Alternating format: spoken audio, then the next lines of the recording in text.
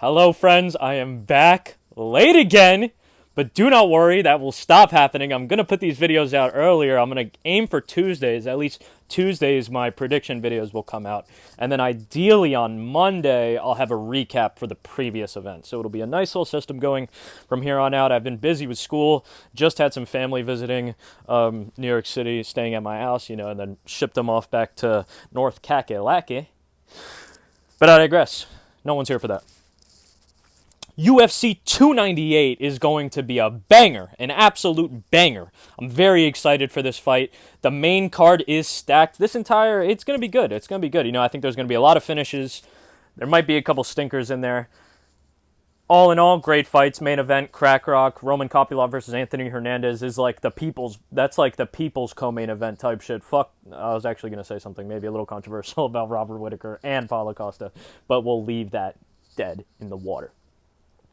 You know how this shit goes. I'm going to be breaking down every single fight, starting off with the prelims, finishing off with the main event, giving my ideas, the vibes, my picks, my little breakdowns, my insight as we go along. I think that the theme of this event is just straight up violence. Like, it's going to be spooky. It's going to be very spooky. Jesus Christ, this sun is like bugging out. Anyways. The visual of this video is not that important. You can just listen to this video and fucking take a shower, do your laundry, wash, do whatever. You really just have to listen to what I'm about to tell you. Starting off, actually before we even start off, I think there's a lot of fights that the odds don't reflect how much of a fucking coin flip these fights are in reality. Maybe I'm completely wrong. But I think some of these fights are a lot closer, a lot more competitive than they are billed as, so to speak. Should all be good fights, essentially. I think that this card is maybe going to, if anything, it starts off weaker and it'll end very strong. But there's a possibility that it starts off strong and it keeps the whole way. I'm spooked about a couple of fights on here. This has actually been a very tough card for me to decide. Not only the main event, but a couple of fights, really. Because some fights, I feel like it doesn't really matter the research that you're doing or your logic behind the picks. Val Woodburn versus Oban Elliot. But some are just like, holy shit, like, who the fuck is going to win this one? Like, Roman Kopylov versus Anthony Hernandez. And I get why Anthony Hernandez is the favorite. Roman Kopylov at plus 200, if you've been watching this dude's career, that is his career. Roman Kopylov, plus 190. Roman Kopylov, plus 200. Like, and cashing them out. Really, I'm so serious about that too. Like, I don't, the odds makers really be putting this man Kopylov as the underdog, but I digress. I'm getting too far ahead. We're going to start off, like I said, with the prelims. First fight of the night, Miranda, remember the name, or Fear the Maverick, whatever the hell it is. It's not remember the name, it's Fear the Maverick. I know that for a fact. That's jokes, actually. But Miranda Maverick versus Andrea KGB Lee. Not as bad of a fight as I think maybe it seems, but it has a lot of potential to be absolute dog shit. Andrea KGB is really not the bottom of the barrel. You might look at her record, you might look at her age and be like, Andrea Lee has actually come through for me before.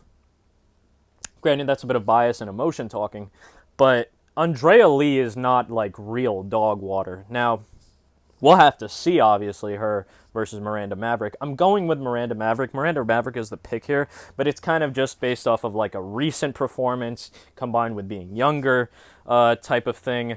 I will give the physical stats.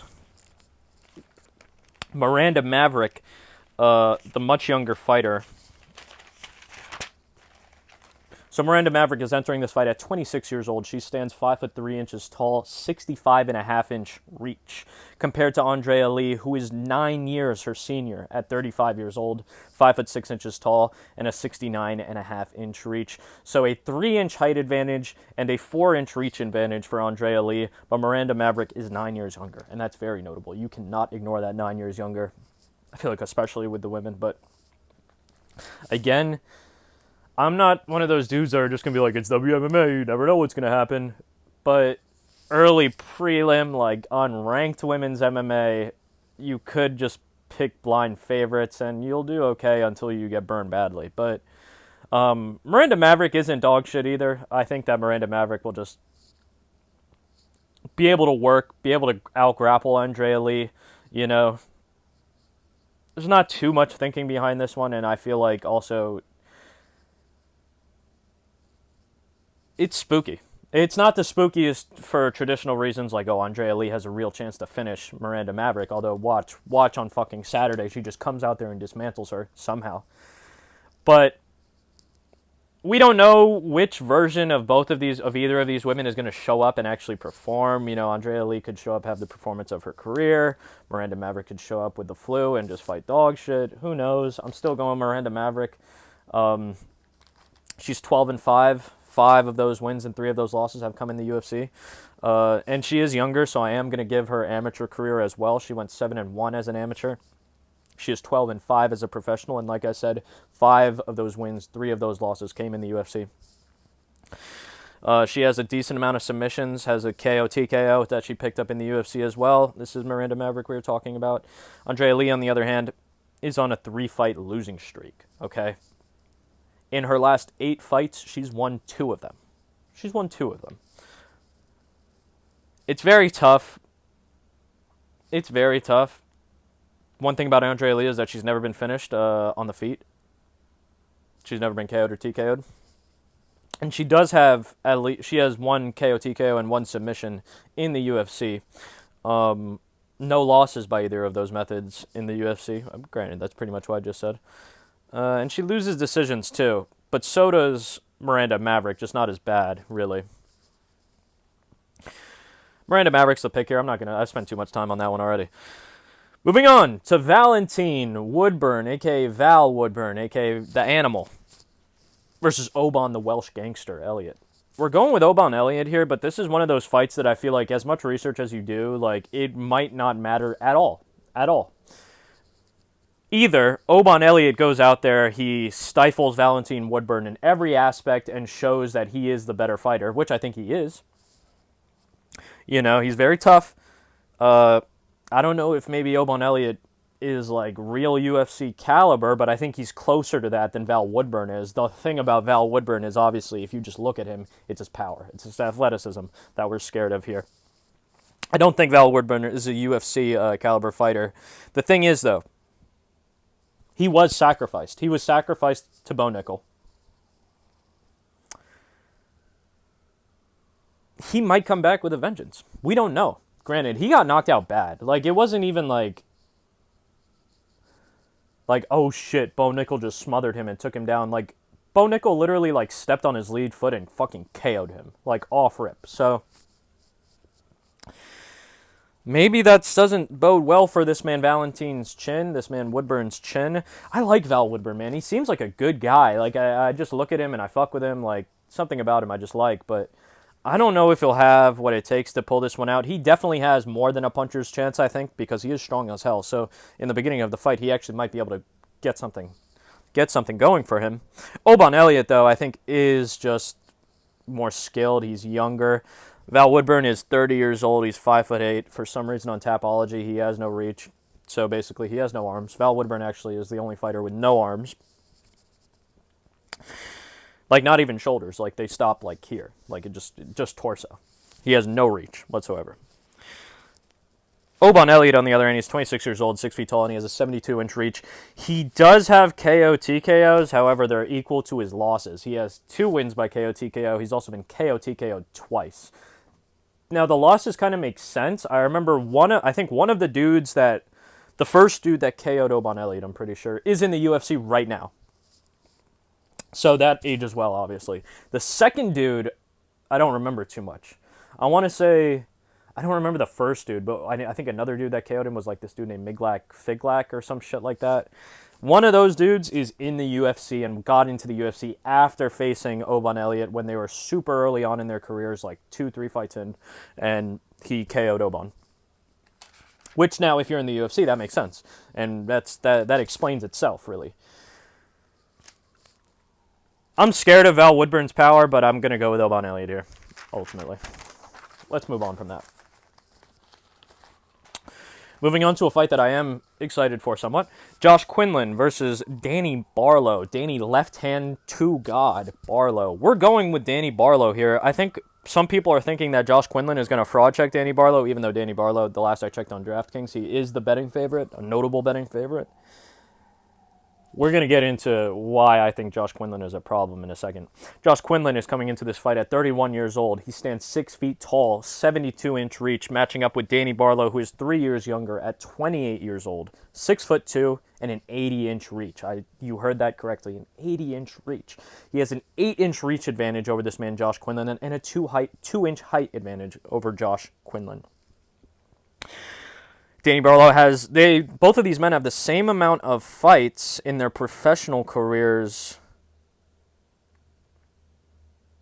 Danny Barlow may be more successful, though, at 7-0 undefeated compared to Josh Quinlan's 6-1.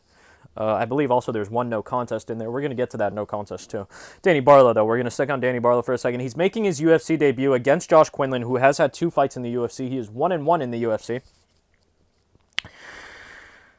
Danny Barlow is a Dana White Contender Series graduate. He fought actually a pretty tough, athletic dude. I think he was like a college football player or something. And that wasn't just an easy fight. Like, he took some shots, he delivered better shots back, avoided a lot of the shots coming at him. It was a good fight, good display, and finished that dude. I think Danny Barlow is very green, but he has decent striking. He looks naturally good. You know, he has a natural feel for striking. He seems like he understands range very well. He knows how to fight long, knows how to use his range against those smaller dudes, which is very important. There's some guys that don't know how to do that. Now, Josh Quinlan, on the other hand, is 6-1. He's 1-1 in the UFC. He had a 6-0 amateur career. He has 4 KO TKOs. One of them came in the UFC. And he also lost by decision in the UFC. Those were his 2 fights. Now, the KO that Josh Quinlan has in the UFC is visually very impressive, actually. He one-shot the dude, basically. I think he landed punches before that, but in terms of the actual knockout, he one-shot the dude. It was a one-punch knockout. Now, the asterisk, and there is a legitimate asterisk around that, is that Josh Quinlan was off the fucking roids. I don't know why people are not talking about this. Josh Quinlan... And the name of the drug is coming from my memory, so it's probably wrong. But it was like droestrine or some shit like that. It starts with a D, ends with like the Osteen, you know, something like that. But basically, it's a legitimate like roid, like one that you would think of like, oh, you take this steroid and you get more muscle. Like that's what it is. But I think its purpose is that it like helps you cut weight. It's like good for cutting weight, but it also helps you save and get more leaner muscle mass. Like. Legitimate roids. He's a fucking cheater. Josh Quinlan is a fucking cheater. He used those roids, popped to it, I think on Dana White Contender Series himself or something like that. He did something. It was like before he got into the UFC. He knocked out that fucking guy, that poor dude. Got into the UFC. And you hear Daniel Cormier giving this dude props because he's like, a lot of guys, they'll point out a tainted supplement or some bullshit. But Josh Quinlan said, no, I took it. Yeah, he took it. What the fuck? Like, that's the bare minimum if you get caught. Like saying, yeah, I actually took it. I wanted to win. I wanted to be better, so I took the drug. Like, you don't get any fucking props in my book. The only way you get respect and props from coming out about your fucking PD usage is if you are not popped and you come out and say it. You just say it. You're like, yo, I was on this drug. Like, I was cheating. But no one knows. That's the whole point. If people catch you and then you're like, yeah, I did it. Like, what the fuck are we applauding you for? What the fuck are we applauding you for? And I actually didn't watch his Trey Waters fight, which is his most recent fight, and it was a decision loss. I did not watch that fight back, but just on the timeline of events, man pops for roids, gets one of his KO wins overturned to a no contest because he popped for said fucking roid. And then he knocks some dude out in the UFC with the little bit of roid strength that he has left, loses his next fight. I don't know how good Josh Quinlan's going to look here against Danny Barlow, who, as far as we know, is a clean athlete. He's a normal dude, so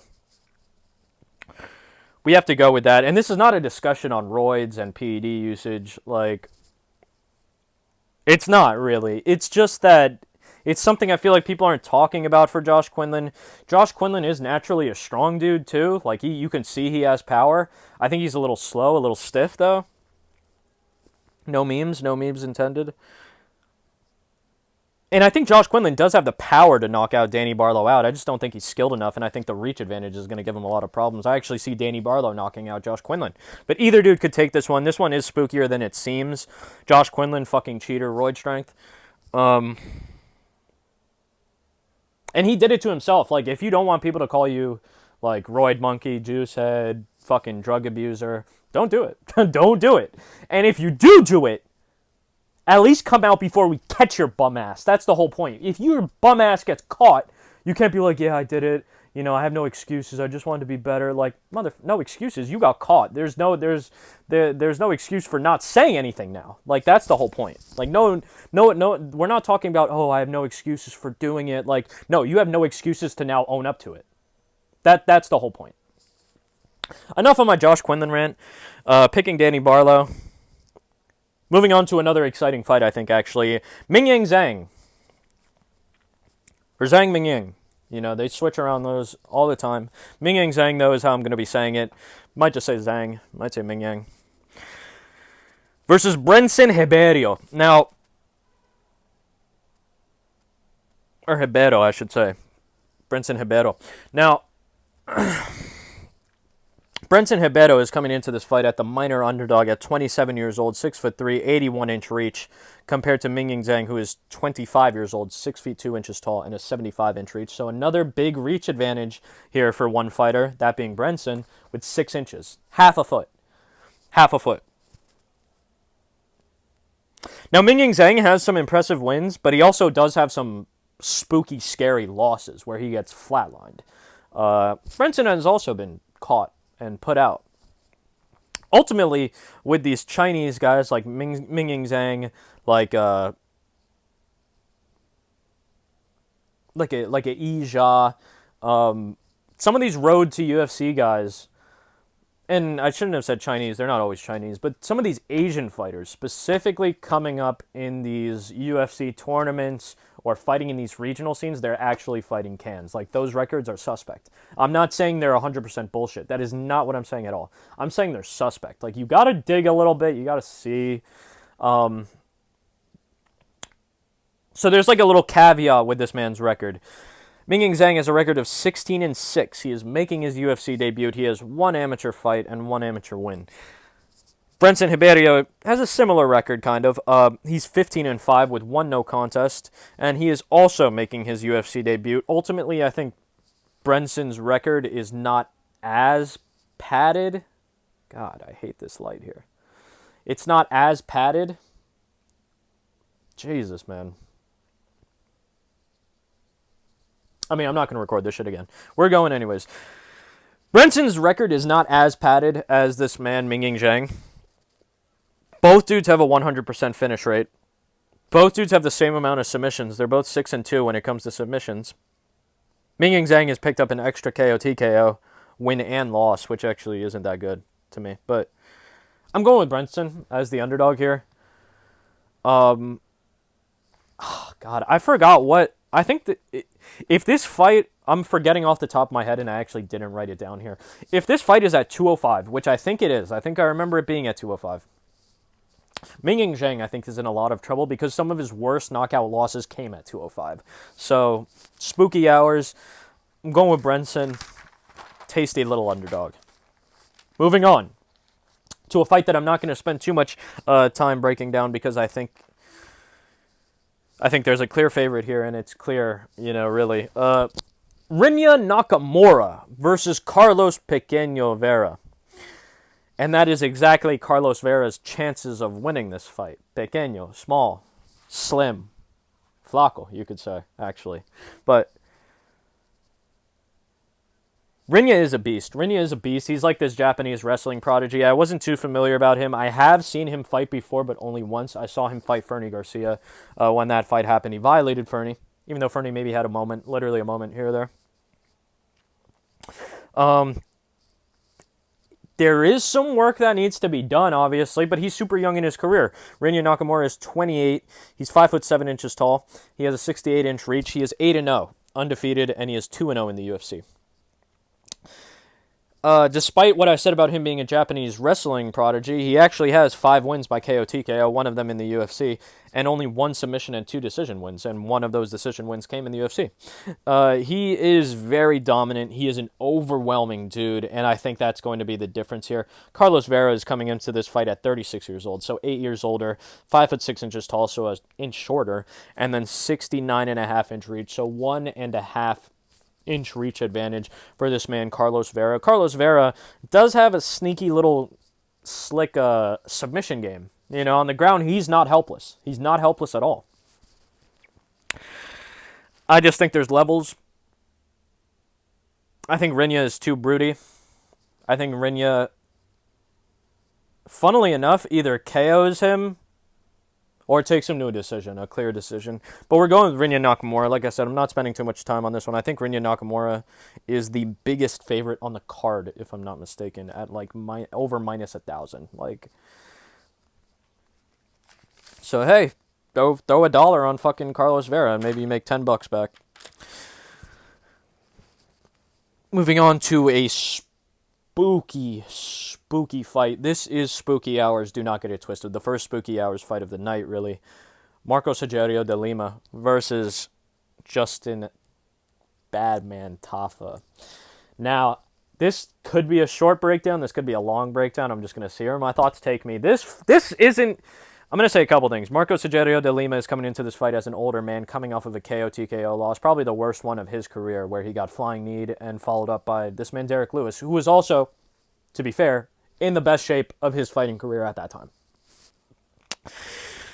Marcos is 38 years old. He is 6 foot 1 inches tall and 75-inch reach, compared to Justin Tafa, who is 30 years old, 6 feet tall, and he has a 74-inch reach. So a 1-inch height and reach advantage for Marcos, and an 8-year age gap between these two fighters, which is very notable. You know, at heavyweight, it doesn't matter as much, but I think it does matter somewhat based on people's chins. Based on people's chins. You know, it's easy to get swept into like, oh shit, Marcos just got KO'd in his last fight. It's very easy to fall into that line of thinking, I think. The reality of the matter is that Marcos Rogerio de Lima is actually a really good fighter. And I think he's better than Justin Tafa. Ultimately, what this fight comes down to is, because this fucking guy Justin Tafa, like, haunts me, is how is Justin Tafa gonna fuck me on this one? Like, am I gonna pick Justin Tafa and he gets taken down and submitted, or taken down every round and dominated? Or do I pick De Lima and fucking Justin Tafa KOs him in round 1? Like, that's what I'm thinking here. Like, it's just, how is Justin Tafa gonna fuck my day up? Like, for real. Like, originally, my instinct is to pick Justin Tafa just because of these age differences, man. I do not like the age difference, for real. Like, that stat of younger fighters being older fighters exists for a very real reason. But here's the thing. I think if Marcos can just get him to the ground, he wins that fight. He just fucking wins if he can stay safe and take him to the ground. And maybe even submit him. Maybe even finish him on the ground, for real. Like, we haven't seen Justin Tafa tested on the ground. He has no submission even listed on his fucking record. Doesn't mean that he's not training, but we haven't seen it, though. That's the thing. This man, Marcos Rogerio de Lima, he's 4-5 career win and loss to submissions, 2-5 in the UFC specifically, but still, like, he's submitted 2 people in the UFC, and he's had experience at least getting tapped out 5 other times in the UFC. So it's, and granted, you're in the UFC, so you're probably against dudes that at least know how to grapple somewhat. They're like fucking blue belts at least, you know. Like, we don't know about this dude Justin Tafa on the ground. We know about Justin Tafa's hands. We know about that, and we know about his kicks too. But I like Marcos Rogerio de Lima. I want to pick Justin Tafa. It's ultimately, though, what comes back to it is, how is Justin Tafa going to fuck me? And if that is the deciding factor, how is he going to fuck me? Am I like cooler with Justin Tafa himself letting me down by getting fucked up, or by him proving me wrong once again and violating my pick? I'll actually, funnily enough, go with the latter. I'd rather him upset me by KOing my pick.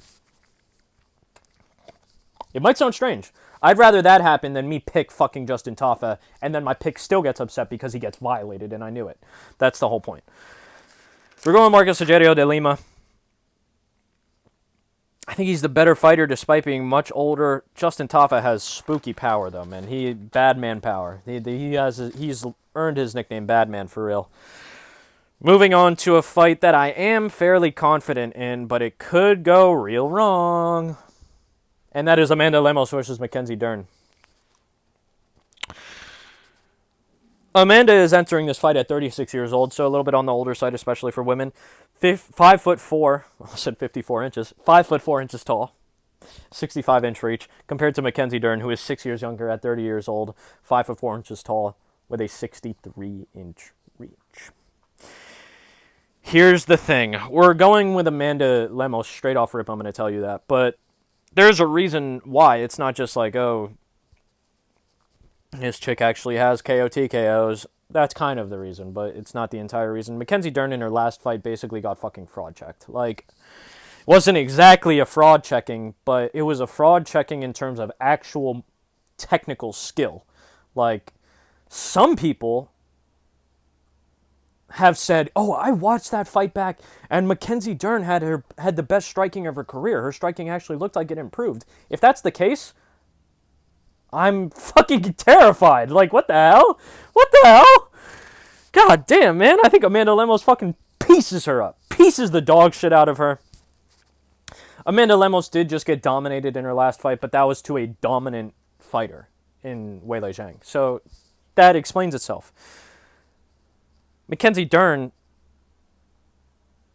looked worse than she ever has, in my opinion. So, like, it really depends. Like, can Mackenzie Dern get a takedown and then work for a submission? Absolutely. Absolutely. Absolutely on Amanda Lemos. I think Amanda Lemos should have enough takedown defense to stop that from happening. But in a chaotic scramble, maybe fucking Mackenzie Dern lands a looping haymaker on Amanda Lemos. Who knows? Who knows? But Amanda Lemos' hands are certified somewhat. They are certified. You know, she has multiple TKOs. She's picked up a couple in the UFC.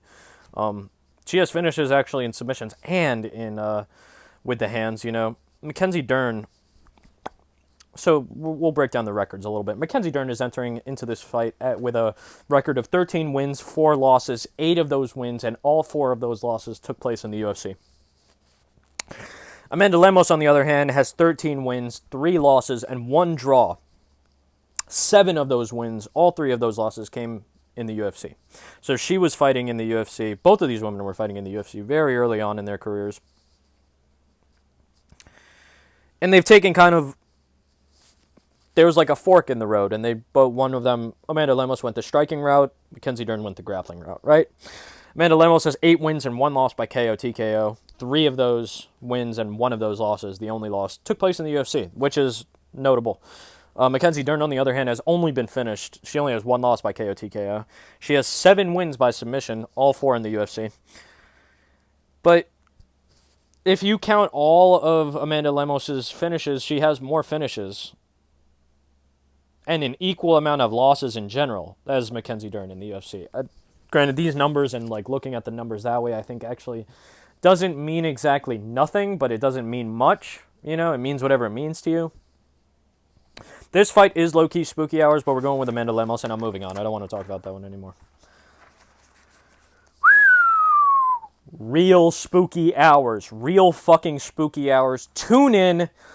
If you were just listening to this in the background and fucking around, now is the time to actually tune in and get right, because we are talking about Anthony Fluffy Hernandez versus Roman Kopylov. Now, Anthony Hernandez is coming into this fight at 30 years old, 6 feet tall, 75-inch reach. Another fun fact, Anthony Hernandez and I share a birthday. We are both born on October 18th. Gang shit. I fuck with that heavy. People born in October, this is something that actually scares me because I'm picking Roman Kopylov here, even though I love Fluffy. I love both of these dudes, actually. Both of these dudes are real killers. Like, they're dogs type shit in their respective fields. Dudes born in October, we're just built different. We do shit differently. We're built fucking different, okay? People will learn that eventually one day, but everything's better in October, for Christ's sake. That's all I'm going to say. Roman Kopylov, on the other hand, he is 32 years old, so 2 years older. He's 6 feet tall with a 75-inch reach. So these dudes are pretty even physically, or at least on paper, even physically. Roman Kopylov, though, well, we'll go over the records before we go into that as well. Roman Kopylov has a record of 12-2. 4 of those wins and both of those losses took place in the UFC. Anthony Hernandez has a record of 11-2. I believe he has it should have been 12-2, but I think maybe one of those wins got overturned. I might be fried on that. Ignore that. 11-2. 5 of those 11 wins and both of those losses took place in the UFC. He also had a 9-1 amateur career. That is Anthony Hernandez. He has 2 wins and 1 loss by KO TKO. One of those wins and the single loss took place in the UFC. I'm not going to say there's an asterisk on that win, but that win was ground and pound to Edmen Shahbazyan. Like, it wasn't like he just fucking KO'd him on the feet. Like, he was smothering him and then he ground and pounded him. But still KO TKO nonetheless. He's 7-1 when it comes to submissions, 3-1 in the UFC, and he has a win over probably one of the best grapplers that is active right now in the UFC, in Rodolfo Vieira. And 2 wins by decision, one of those came in the UFC. Roman Kopylov, out of his 12-2 record, 4 wins and 2 losses in the UFC, 11 of those have come by KO TKO. Very spooky.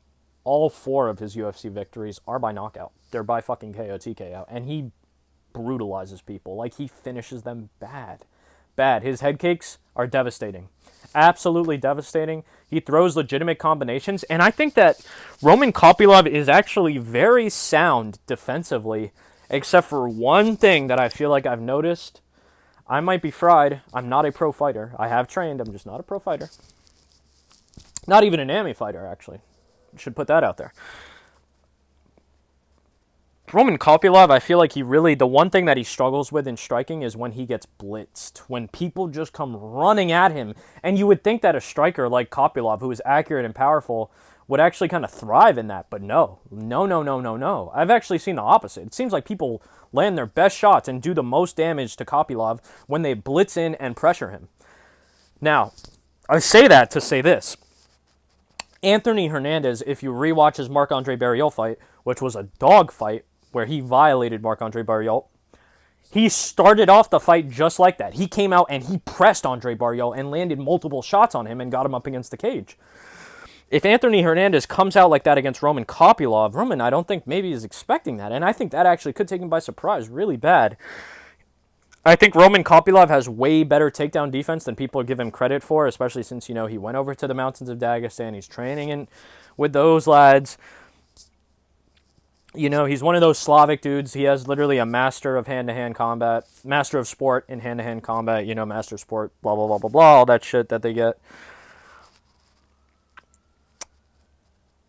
Roman Kopylov is a very cerebral and deadly fighter, though.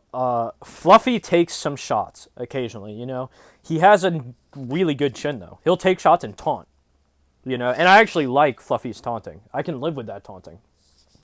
The kind of taunting is like, I forget who it was against, but basically his opponent threw like a 3-piece like combo. It might have even been Marc-Andre Barriol. But basically, Fluffy just covered up, took like the last one kind of, and was like, and that was gas. That was gas. I mean, that was gas. But I think he actually did it to Edmen Shahbazyan. But either way, Anthony Hernandez is him. So is Roman Kopylov, though. Like, this is going to be an amazing fight. I almost wish these two dudes weren't fighting so we could see them kind of build up their streaks a little bit more, but it's going to be a banger of a fight, good matchmaking.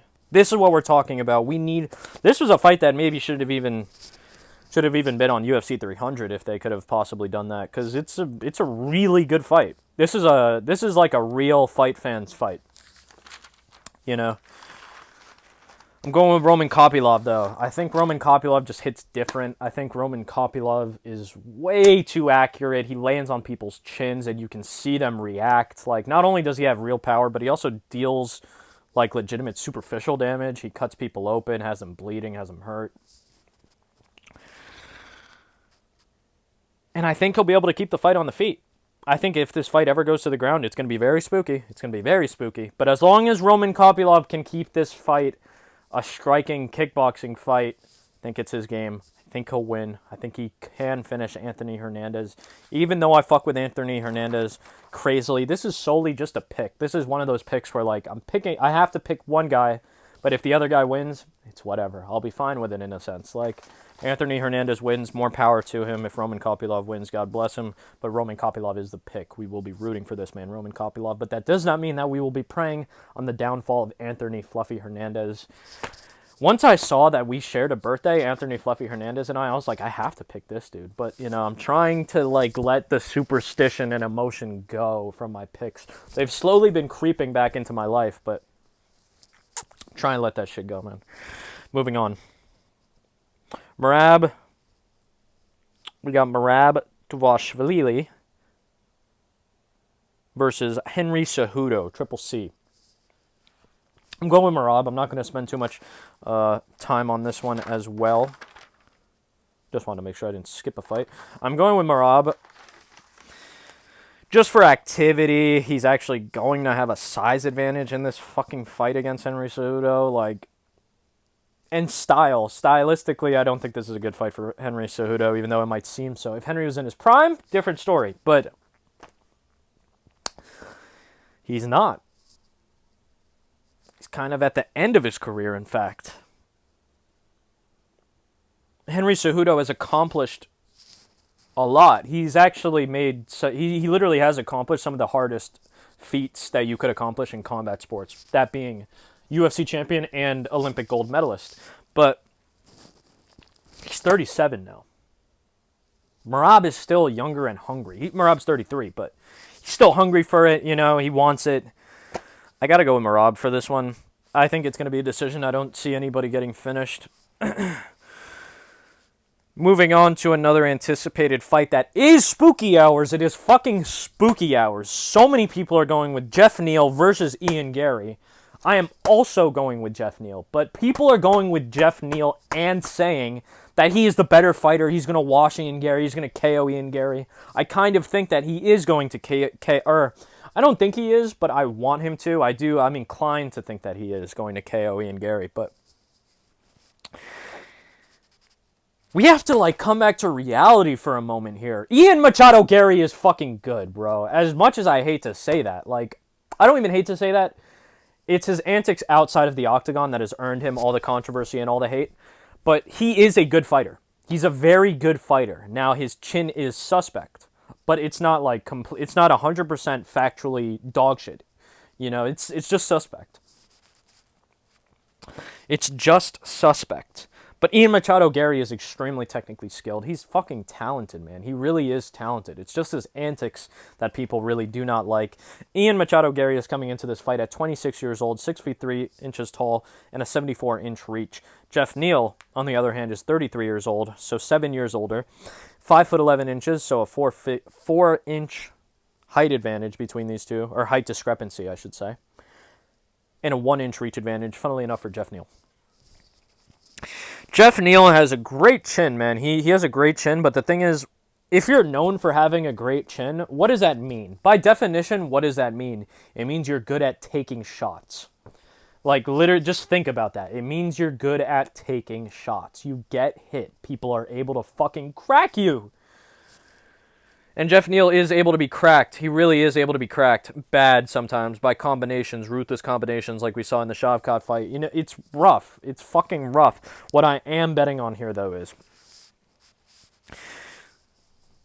the significance of this matchup to Jeff Neal. Like, you know, Ian Gary and Jeff Neal, if you will remember, they were supposed to fight each other originally before that Neil Magny fight, which is kind of when Ian Gary became a villain in a lot of people's eyes.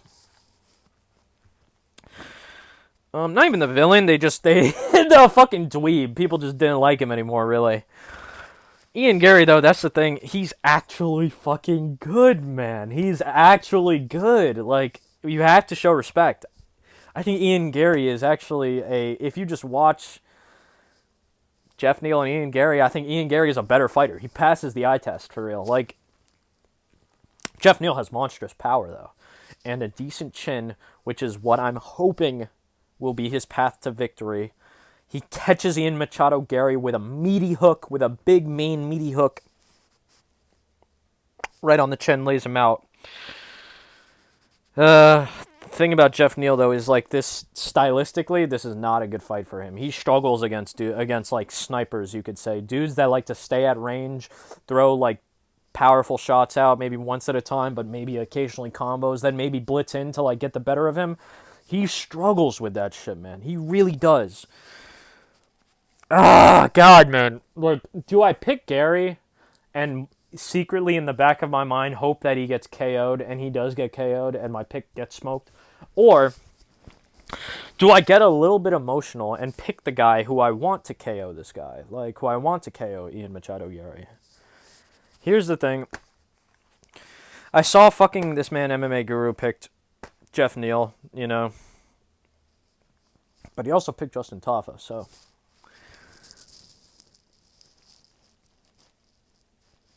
And I bring up MMA Guru picking Jeff Neal because he was just very animated. He was like, I'm picking Jeff Neal to fucking knock out Ian Machado Gary. And I also want people to know, if I make my pick videos late, for example, Thursday, Friday, I will watch other people's pick videos, but never to influence my own picks. Never, ever, ever, ever, ever.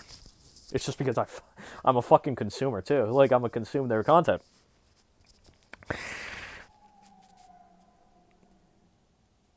You know, do we, like, I guess for MMA Guru, he might believe in the Jeff Neal pick more and less emotionally than I do. But for me, it's kind of an emotional pick. If I'm to pick Jeff Neal right now, it would be an emotional pick, but I have won some emotional picks fucking recently, man. As scary as that sounds. Ihor Pateria was not an emotional pick, though. I want to say that. I knew Ihor was going to win that motherfucking fight. Ihor's a dog, man. But I believe it was a week or 2 weeks ago, Garrett Armfield versus Brad Katona was a 100% emotional pick, and I picked Garrett Armfield because I fucking hate this man Brad Katona, bro. Get the fuck... I hate saying his name.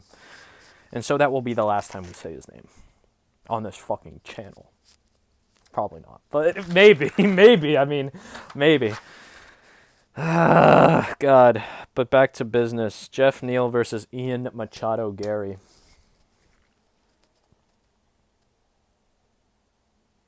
This is why I have the hood on. This is why I have the hood on, because it's spooky.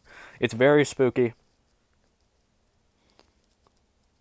As much as I want Jeff Neal, and I believe in Jeff Neal to fucking KO Ian Machado Gary, I think Ian Machado Gary will either KO him or just fucking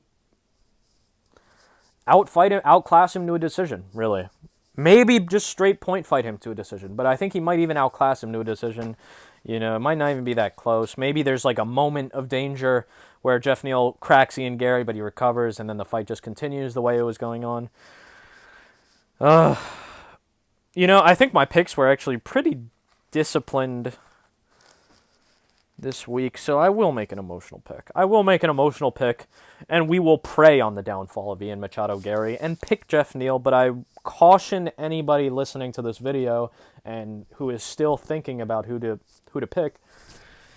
Ian Machado Gary is very good, okay? He is not just hype. He is very good. I think there's I didn't talk about this a lot on purpose, but there's a lot of controversy. You know, there's really just a lot of outside extracurricular bullshit happening with Ian Gary. And I think some of it got to him, but before. He was slated to fight Vicente Luque. I said Vicente Luque, but that's the number one thing. He basically, it's Vicente Luque. That's his name, basically. His nickname. Around the time that fight was supposed to be made, obviously the thing about, I'm not even going to get too much into it, but about Ian's wife and her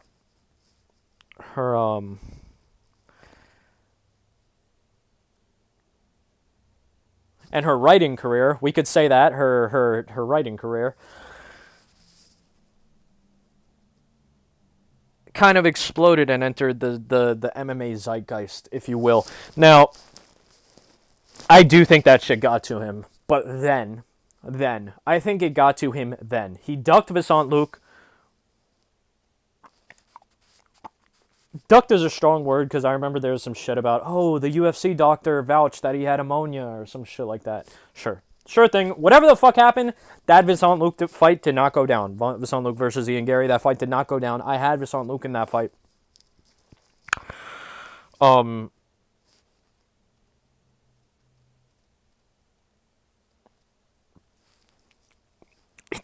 Ian is him, though. I think, honestly, we'll get emotional. We're going to get emotional. We're going to bet a little bit on sports psychology with a little bit of emotion in there. We're going with Jeff Neal. That's final. That is final! A fight that I've switched up on 3 or 4 times. The co-main event. Robert the Reaper Whitaker, a.k.a. Bobby Knuckles, versus Paulo Borrachinha, or the Eraser, I think that's the translation. Costa, a.k.a. Secret Juice. Robert enters this fight 1 year older at 33 years old, 6 feet tall, 73.5-inch reach. Paulo is, like I said, 1 year younger, 32 years old, 6 foot 1 inches tall, and a 72-inch reach, so a 1.5-inch reach advantage for the Reaper.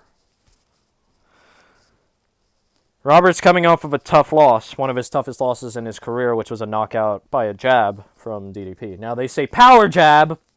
It was just a jab. But if you guys are ready to talk about that, I'm ready to talk about that. I don't know if you guys are, so I'm not going to talk about that now. But I picked DDP in that motherfucker, and that was leading me to pick Paulo Costa in this too.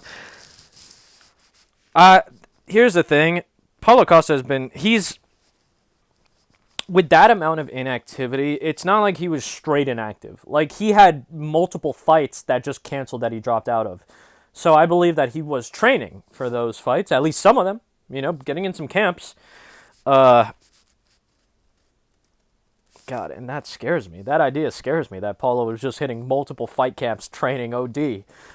But he was riddled with injuries and illnesses, fucking bursitis, ripped muscles, flu, whatever the fuck happens to this motherfucker. Something always happens to Paulo.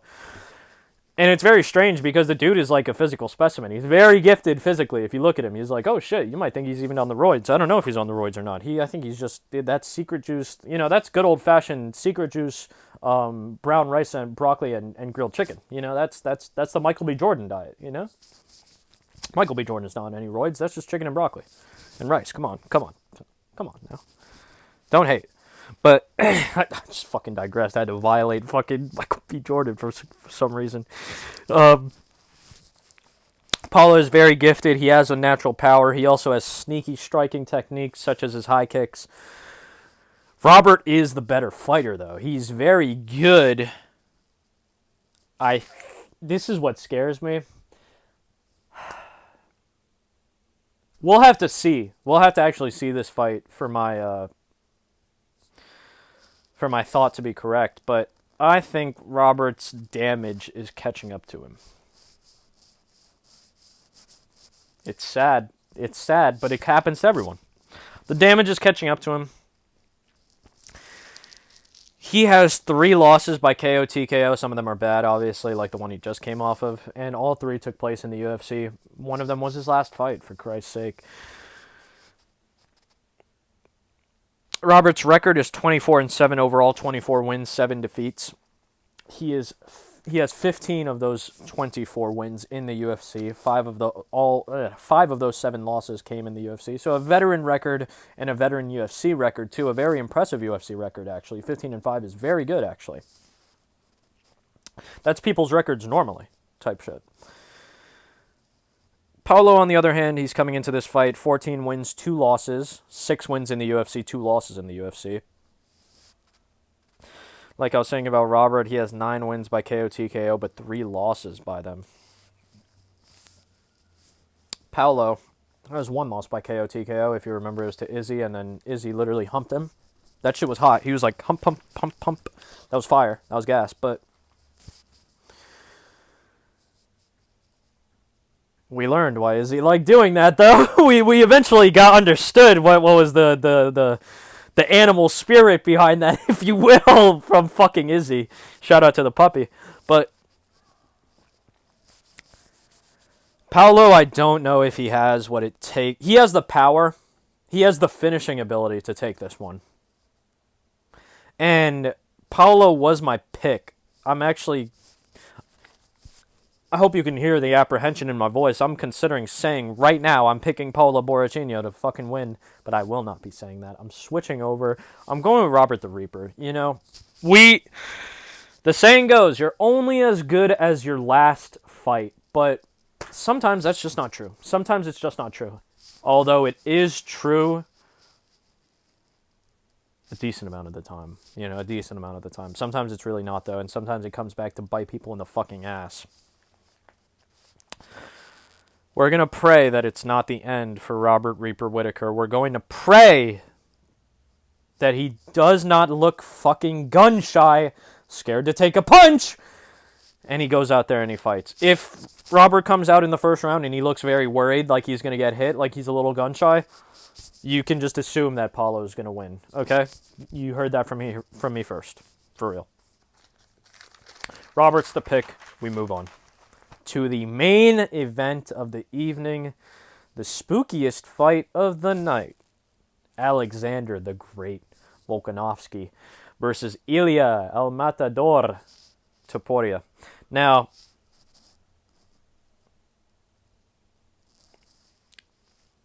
Alexander is one of the GOATs. I think a lot of people defend him so vigorously and they're picking him so hard in this fight because, one, he is the defending champion, but they like him. You know, it's the fighter-like bias. I'm very guilty of this. I'm very fucking guilty of this. It's one of the main reasons why I picked Ihor Peteria, for Christ's sake. But I also thought that Robert Brychek was not that good. But I digress. Alexander Volkanovski, we'll go over the physical stats first before you go break anything down. Alexander stands at 5'6" tall. He is 35 years old. 71.5-inch reach. So deceptively long arms, actually, for someone 5'6". Ilya matches up 8 years younger at 27 years old, okay? 5'7" tall, 69-inch reach. So he's 1 inch taller, 2.5-inch shorter reach. But he is much younger, you know, and Ilya looks good, man. When you watch him fight, you're like, holy shit. That dude looks really good. Granted, people say the same thing about Volk, right? And Volk has beaten better dudes. That's not an argument here.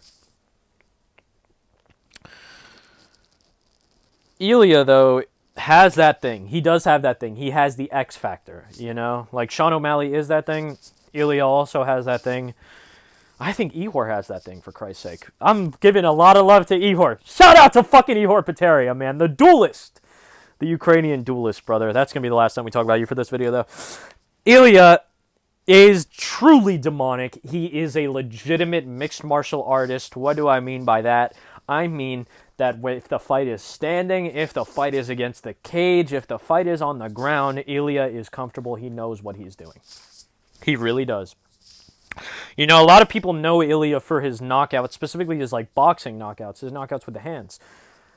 The thing is, Ilya is actually, like, low-key a grappler. And then he just started knocking people the fuck out. He just started knocking people the fuck out and never stopped. Which is amazing, man. I think, ultimately, Alexander's time has come to an end. And in the sickest sense, it's not that I want Ilya specifically to beat Volk. Right? Or that I want Volk to lose. But I want something new. I want something new. Just as a champion, you know? That's why people loved Sean.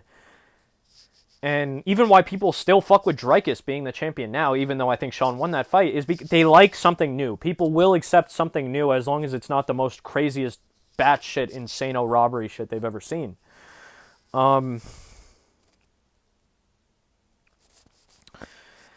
Alexander the Great is a very dangerous man, regardless of age or statistics or his last performance. He is very dangerous. He's a legitimate champion. He has the heart of a champion and the skills to boot.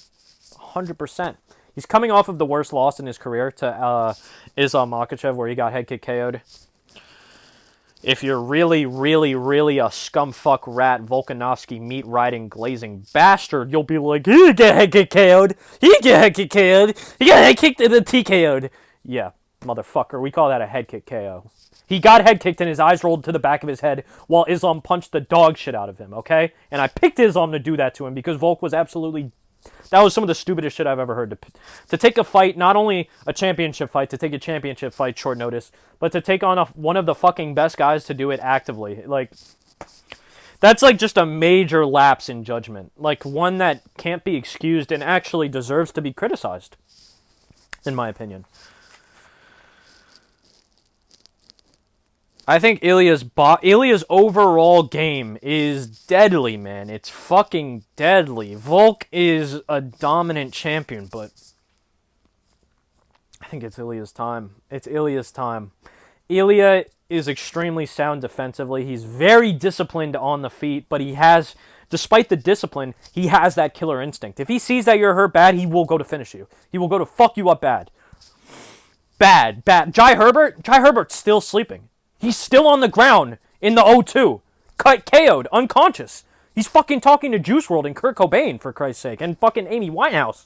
Like, when Jai Herbert is literally right next to Gregor Gillespie, they are still sleeping, okay? They're still sleeping. That's why we're going with Ilya. Ilya's been brutalizing dudes, you know? I'm going with the young up-and-comer. All those Conor comparisons that have just been coming out, like today, basically, ignore those. Fucking ignore those. Ilya and Conor, two different beasts. Two different beasts, completely. Ilya is a dude that Conor would have, like, literally chewed up and spat out right before fighting Jose Aldo. Like, again, we'll keep that on the low. We'll keep that one on the low. But we're going with Ilya. We're going with Ilya.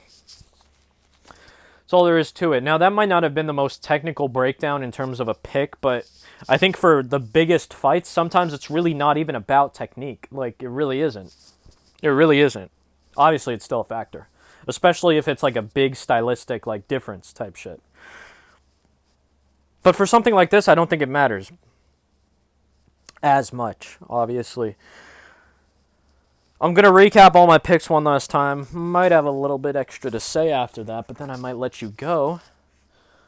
So we got Miranda Maverick. Also, if you had a gun to my head, I would say she's going to win by decision. I will give you my method of victory just because I don't give a fuck. But I'm dog shit with method of victory and round picking, so ignore that, really. It's just money line. We just want these people to win.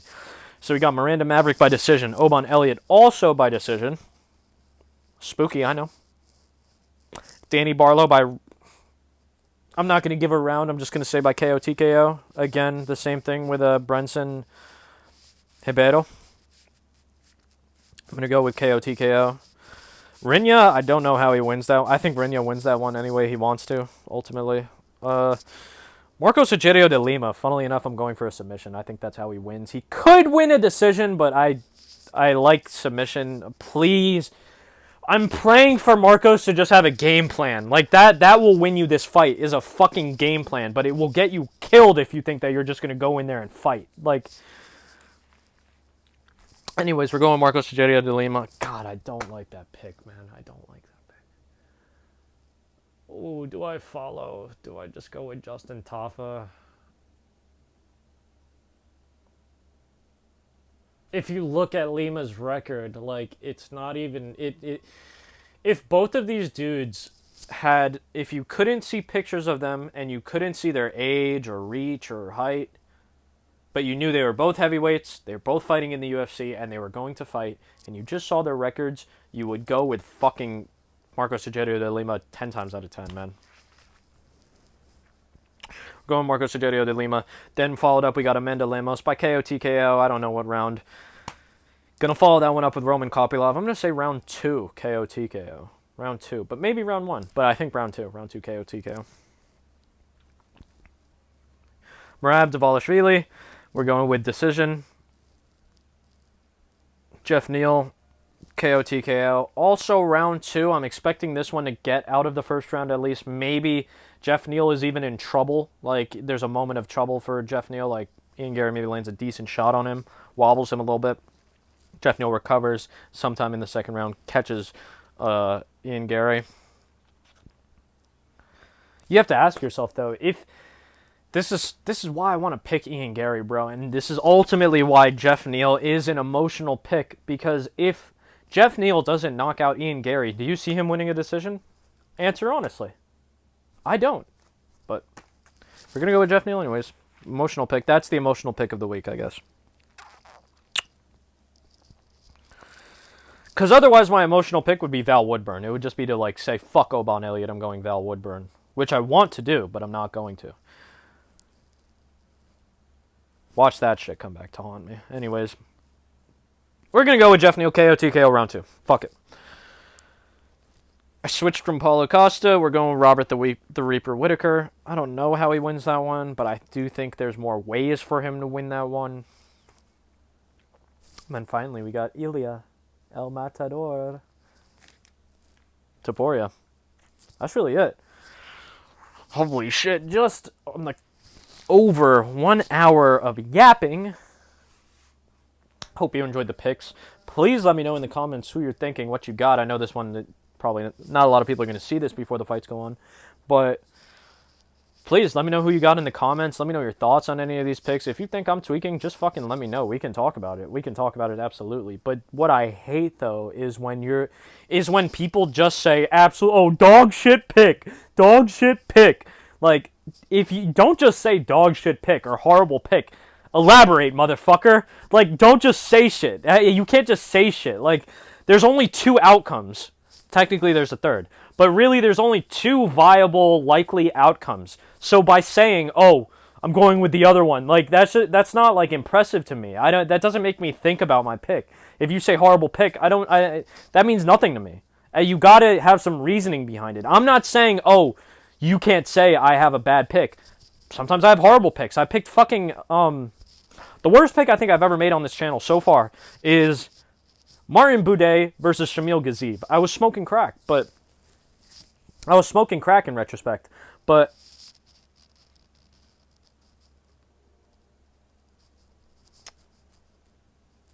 do not just say, like, oh, horrible pick, and that's it. Because I will respond fucking tight and be like, what the fuck are you talking about? Explain yourself. Who are you picking? What is your reasoning behind it? That's just what I want to know, is what goes on in your mind. Like, you can say whatever you want in the comments, but I just want to know. I just want to know. Enough on that. Enough on that. Please like the video if you like it. If you dislike this video, fucking dislike it and tell me why. Subscribe if you want to see more. More videos, of course, obviously on the way. Ideally more videos, or ideally non-MMA content is coming. But that we got to see on that. I got to see on that. That might take some time. Might be a lot more MMA content before there's non-MMA content. Might consider after. It's not going to be for this event. I'm not going to be doing it for tomorrow. Maybe some fight companions, some live streams here on YouTube, maybe. Maybe on Twitch. Probably on YouTube. If I do start doing fight companions, it probably will be on YouTube. There is a Discord. Peep the Discord. You could be the first person in that motherfucker, okay? I'm just making that shit preemptively. And we will talk. We will talk. You can hit me up and we will talk. I'm spooked, man. Should be a great card. I hope you enjoyed this video. If you stuck out here till the end, go to the comment, please, actually, and type Meowie Buff. If you can say Meowie Buff, that'll actually mean a lot to me. Have a nice day. Hold your loved ones close. Pray for peace on earth and goodwill to all men. Big kiss. I hope you enjoyed it. Goodbye.